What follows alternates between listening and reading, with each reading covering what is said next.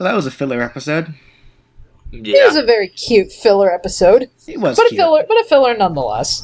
Indeed. The filler nonetheless had a little bit that had to do with what's been going on in this week's arc, but it was just something cute. Like I would call probably just like a calmer, like something to calm us down. I feel like it's a world builder episode since it kind of explains backstory but doesn't have anything to do with the current plot in a meaningful way. Sure enough. Yeah. Yeah, so tonight's episode was Historical Friction, and it actually heavily involved a character that I don't recall if we ever even really brought up in our last discussion. We brought him up briefly, yeah. Jamie the Mailman. Yeah, but we didn't go too much into detail, just simply because he hasn't been in this series all that often.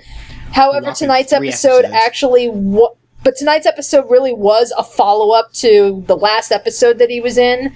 And it's like, again, I know we didn't talk about him, but I don't know, do you guys think maybe we should briefly talk about the episode Love Letters before we go into this one? Briefly, yeah. Okay, so basically in earlier on this season there was an episode called Love Letters. And in this episode, Jamie, who was one of the pretty much two male people, like postal people, that we're at least aware of in the Steven universe. And Jamie has known Steven for quite some time. He knows that he lives, like, on the beach, in the temple and everything. He and Steven get along very well.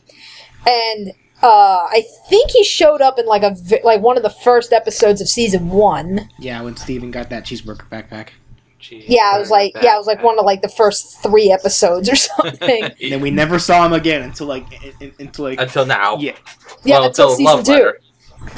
Yeah, and the reason, but they actually explained why we hadn't seen this guy for so long. Jamie actually has a dream, like he wants to be like this really famous actor. So he decided to take his chances of going to Kansas, which apparently in the Steven universe is the equivalent to Hollywood. I always find that funny that you have to say the Steven universe. I don't know how else to describe this. Yeah, I know. Just say the Steven universe. But it's like, so yeah, he goes to Kansas. He was trying out for roles, but he kept getting turned down every single time. So he came back to Beach City and resumed his job as postal worker. And then he sees Garnet for the first time and instantly grows this crush on her. But the thing with Jamie, because, again, he's trying to be an actor and everything.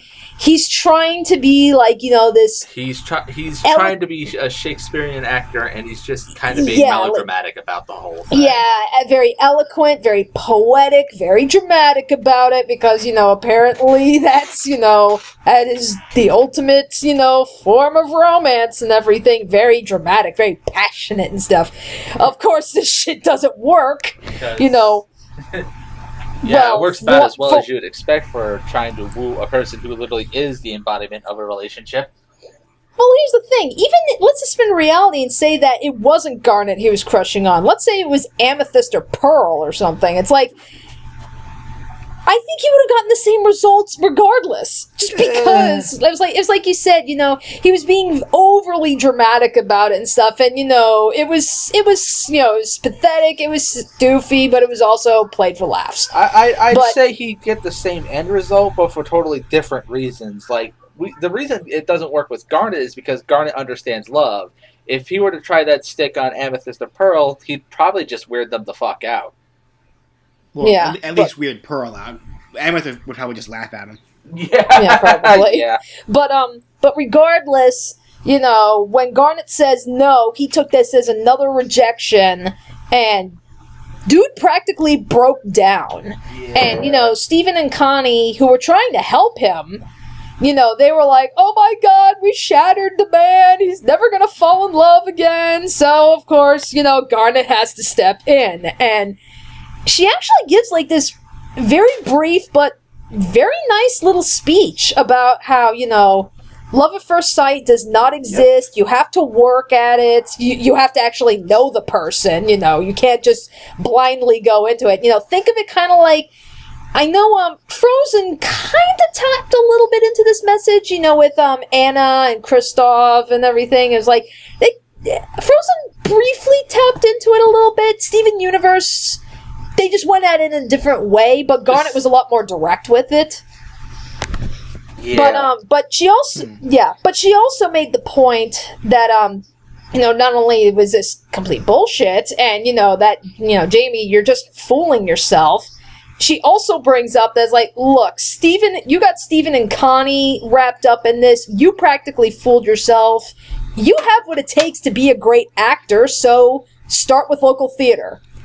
Don't, like, the point she's trying to make is, like, you have what it takes, just start, you have to start small. You cannot go jumping into something, that big, because, you don't have the experience for it. Yeah. So, which now I think leads us to this episode, because now we see Jamie's actually taking Garnet's advice to heart. Yep. Indeed. In which case... Yeah, so let's go ahead and get into the episode synopsis of Historical Friction then. So the episode pretty much begins with Jamie going to deliver mail to Steven's home, except really he's just there to give Steven a pamphlet for auditions for a theatrical play that he's holding on the beach. So Steven's all for so he heads there, but as it turns out, Steven's the only one there to audition. So Jamie's pretty much like, okay, Steven, you can be the head guy. I'll play every other part. And he literally does play every other part. Yeah, but there are some complications. The play and even the script itself were all handled by Mayor Dewey. The budget was, from Mayor Dewey's, from the city. But the only way for Jamie to get this budget is if he's willing to use Mayor Dewey's script, as the play. And the script is about actually the founding of Beach City itself, which was actually founded by one of Mayor Dewey's ancestors, William. Yeah, it's like I think it's like I think they said it was like his great granddad. Great, like 4 grades or something like that. At least 4 to 6. Pearl mentions it was like a 200-year gap, so that's at least 6 grades. Regardless, it's an ancestor. That's what I'm going to say. It's easier to say. So, but but the play itself is awful. It makes William Dewey come off as like this great guy who had no fault whatsoever, who literally did everything perfectly, and even for some reason had the power to grow 500 feet and carry the ship all the way to Beach City before he finds it. So, in other words, Mary Sue fanfiction. Exactly. But given which is why I'm surprised this thing isn't called historical friction, because it's just like, yeah. So, Jamie, he does not like the play, but he knows, like, I gotta go with it, otherwise I won't have a budget for this thing, and I won't be able to play it all if I don't. So, but he does give, like, this really neat little speech that I really like, and the moment I heard him say this, I already knew where this was going. Like I forget the exact words, but Jamie pretty much brought up the idea how, for any character to be a true relatable character, they have to have faults. A character is only really human if they have some kind of faults. And the moment he said that, I was like, this is going to relate back to Pearl, isn't it? And the moment I said that, sure enough, very next scene, oh, hi, Pearl! So, pretty much, Steven brings the script back to his home to kind of study it. He shows it to Pearl, who Pearl at this time is still, contemplating on how she can get Garnet to forgive her. She still feels really guilty about what she did previously. But regardless, that's only touched upon, really briefly.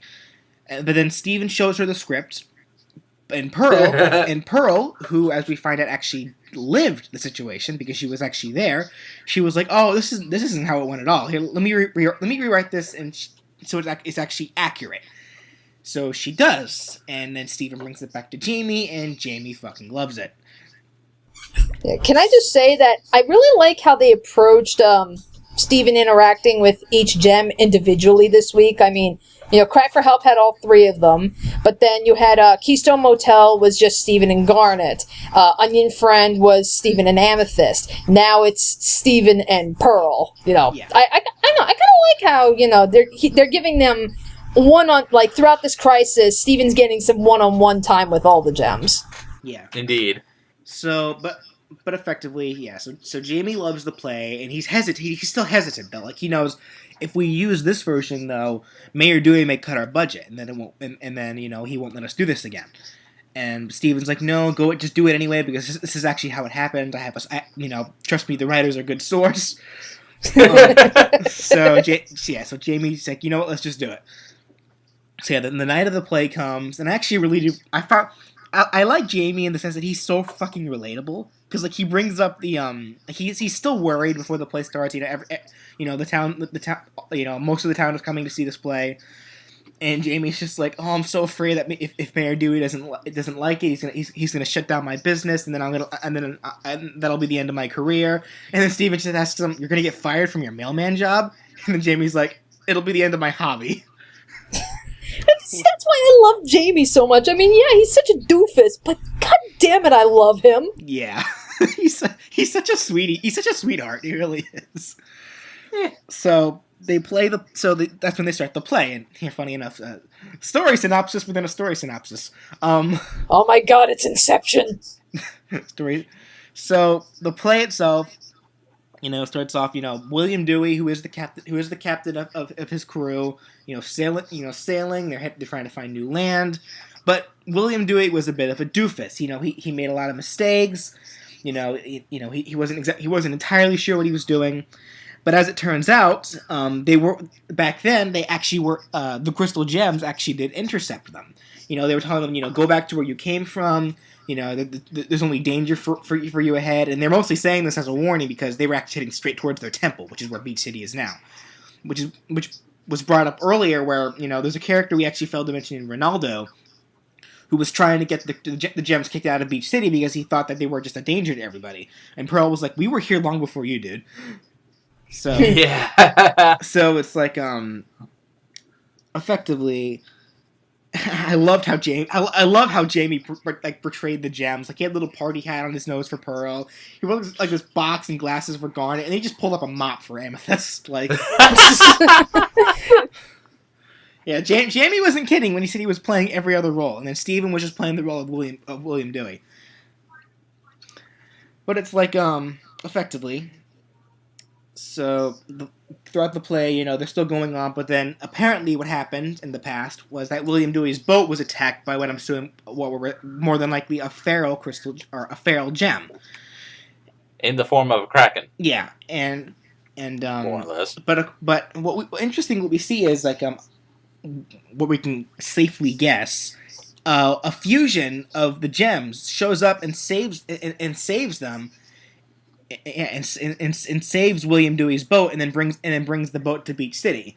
Now we're not sure if this fusion was just Alexandrite or if it was a fusion between all four gems because Rose Quartz was with them at the time. Yeah, it's definitely got to be Alexandrite or more because it's mentioned that using a quadruple noogie, which requires 4 hands to be punching into the monster, and that requires at least a 5th one to be holding on to. So. There's definitely an argument, and it's very likely that the giant woman, given the sheer size, would have been the same one that the temple is modeled after. Because in the original draft, he grows 50 feet, and Alexandrite isn't quite that big. Actually, I didn't even think about that. That could actually be where Mayor Dewey randomly gets the idea that William Dewey grows large, because there probably was something in the historical facts that a giant figure carried their boat to Beach City. Yeah. Right. Okay. So yeah, regardless of such. So yeah, the crystal gems carried them there. Yeah, carried them there. Fought off a gem kraken. And William Dewey decided, was like, I will. I find it funny. Like I don't know if this was like a joke that Steven wrote or if this actually happened, but like apparently like one of William Dewey's like first mates and best friends died during or almost died during so, and he was getting ready to name Beach the new location after his buddy, but apparently he survived and was like, never mind, it was just to call it Beach City instead. It was something where he's like, I will name this city in your honor, and then Jamie comes up, I am not dead. Beach City it is. It's like that. It's like that fucking deadpan about it. And then right afterwards, a little banner that says vote for Mayor Dewey shows up in the end, and that was the end of the play. You want to know? There's one question I've had about Mayor Dewey the last 2 seasons. Who the heck is actually running against him? I think that's the joke. Yeah. It's like, vote for Mayor Dewey. Who the heck else is running? In which case, so of course everyone ends up actually liking the play. Even like Mayor Dewey was embarrassed at first because he didn't like that his script was changed. But even Buck Dewey said he really liked how his ancestor had faults and he appreciated that. So Mayor Dewey of course was all tried to bask in the glory. Just typical politician and such.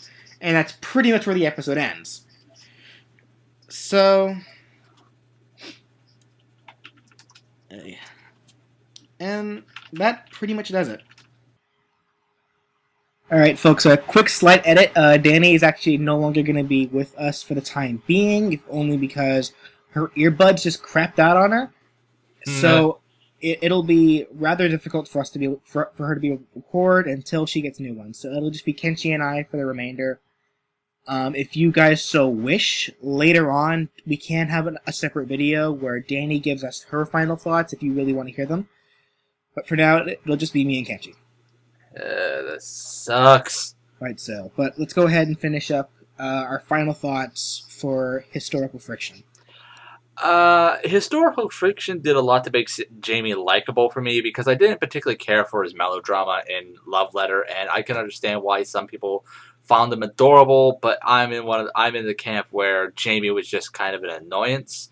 So this episode really did a lot to help him, be the adorable doof that he is seen by most people to me. And it's interesting to hear the history of Beach City, if only because of how the fact that the gems were here for so long before anybody else.